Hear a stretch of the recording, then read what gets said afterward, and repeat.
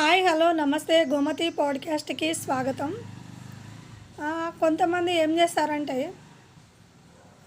కొన్ని for example ఒక కాలేజీలో వర్క్ చేస్తున్నారనుకో, అది టీచరా లేదంటే ఇంకేదైనా చేస్తూ ఉంటారు.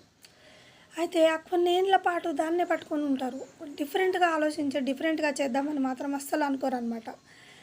అది అది డిస్టర్బ్ చేస్తే ఏమవుతుందో, అసలు ఎలా బతుకుతాం, మనం ఏం చేస్తాం, శాలరీ ఇంకో దగ్గరికి పోతే శాలరీ తగ్గిద్దేమో, లేదంటే నా లైఫ్ స్టైల్కి ఏమన్నా అవుతుందేమో, ఇప్పుడు మంచిగానే ఉన్నాం కదా, మనల్ని మనం డిస్టర్బ్ చేసుకోవడం ఎందుకు, ఇప్పుడు బాగానే ఉన్నాం కదా అని చెప్పేసి వాళ్ళ మనసుకి వాళ్ళే సర్ది చెప్పుకొని కొత్త పని చేయడానికి ముందుకెళ్ళడానికి చాలా భయపడుతుంటారు అనమాట. కానీ అది తప్పని నేను అంటాను. ఎందుకు అని అంటే ఇప్పుడున్న లైఫ్ స్టైల్లో చాలా ఖర్చులు పెరిగాయి అన్నమాట.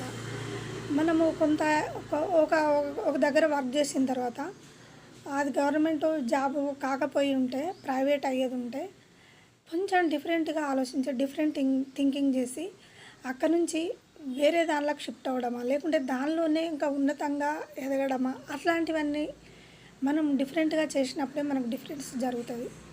లేదంటే ఉన్నత స్థానానికి వెళ్ళలేము, ఎప్పుడూ అట్లనే ఉంటాము. ఈలోపు పుణ్యకాలం కాస్త గడిచిపోతుంది, ఏజ్ కూడా అయిపోతుంది, మనం కొత్త పని చేయడానికి ఇంకా భయపడుతుంటాం అన్నమాట. కాబట్టి ఏజ్ ఉన్నప్పుడు ఏం చేయాలంటే ఒక మైండ్ని డిఫరెంట్ థింకింగ్గా తీసుకుపోవాలి. దాన్ని మనం ప్రాక్టికల్గా కూడా మనం చేయాలన్నమాట. అప్పుడు చేసినప్పుడు మనకేమవుతుందంటే, ఇప్పుడు స్కూల్లో ఫర్ ఎగ్జాంపుల్ ఒక 15 years చేసిన వరకు చేసినప్పుడు నీకు ఎంత ఎక్స్పీరియన్స్ వస్తుంది, దాని మీద నువ్వేం చేయాలి, అదే కాలేజీలో చెప్పడం కాకుండా కాలేజీ పెట్టాలన్నమాట.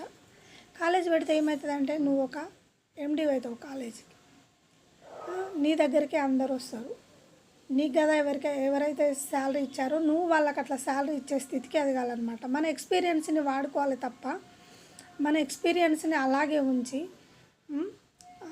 మొత్తం పుణ్యకాలం అంతా గడిపేసుకొని తర్వాత మనం ఏం చేయలేని స్థితి అప్పుడు ఆలోచించితే వెనకకు తిరిగి చూసుకుంటే ఏముండదు అనమాట. మనం ఎప్పుడైతే కొంచెం ముందుకెళ్ళి తప్పైనా ఒప్పైనా కొన్ని పనులు చేసుకుంటూ వెళ్ళాలి తప్ప మనము డిఫరెంట్గా ఆలోచించకుంటే ఉన్నత స్థానానికి వెళ్ళలేమనేది నా opinion. Thank you for watching.